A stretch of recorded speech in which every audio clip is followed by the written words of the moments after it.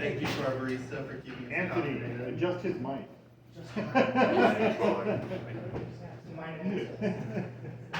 There. It's almost intimidating. I'm telling you, high professionally. The first poem that I'm reading today, sorry, it's not music, but if you listen close enough, there is a music of poetry. So hopefully I can sing it loud enough while I'm listening. But this first poem is called Heart Particles.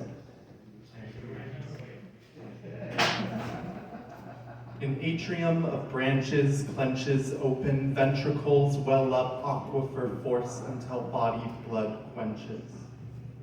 Oxygen exhaust pages upon pages of Oxford Common poesy down my basement. This stranger asks, are we not edited ever former adjacent? A renaissance and revolution per thought? In silence, adhesion of platelets post-ravishing. And avarice breath lingers, not breath, yet gasps for means, then maybe meaning, cause I've meant to ring home. But this Horcrux organ finds magic in bathrooms where fragments bloom. And besides, I've got father's broken heart fuming in my brain, mama's migraine rooted through my veins.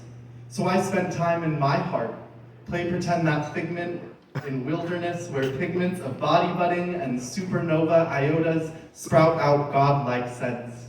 In that park where deers prance, or where you and he cigar smoke smile his second sweetest synecdoche, breathed in petrichor, rain, soil, and the night before when he departed particles too, though took more.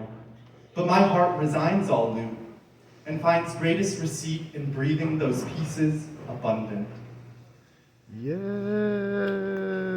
That was the first one, and the next one is...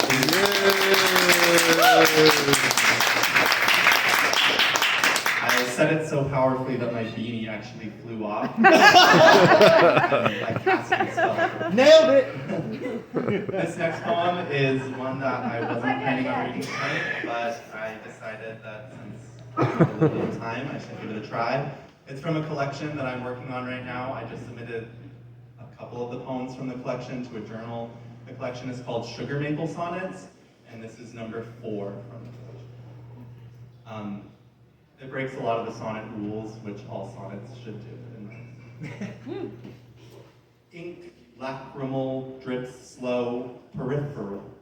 No, a spider trickles the window, yet fear washed it away. That one sparrow of myriad did not use beak to curl all abdomen down its throat.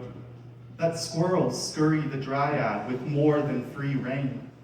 Even repulse reverences their refrain as they cohabit my thoughts' laurel.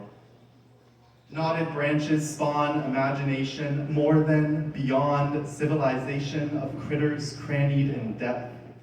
Oh, aphids bespeckle nooks to roots. Small oblation by daily creation creeps in the hard way, while the recluse makes home amongst shards. Yeah. Thank you. Hopefully you'll see that in Moss Literary Journal this spring, fingers crossed. This is the final poem that I'll be performing for you, and I actually haven't practiced this more than once since I wrote it months ago, but I did read it earlier this week, so hopefully the chord's right. It's called A Love-Driven, Deprived, and Requite Untimely. The favor constellation left strewn through my room include 3 sweatshirts that cling to a body you used to. A linger of scent stranding me there, or then when I wrap them with pink blanket in lieu of an unpacked storage unit after months spent bouncing couches and debit cards. Subdued in debt I can never repay, nor you hope ever to collect. Such as a ring lost to 100 proof nectar, metal dark as rum, some other engagement misplaced on promised tokens excavated a field we marched in not. Thoughts transitory as brushes from you yielding to languished strokes of my own.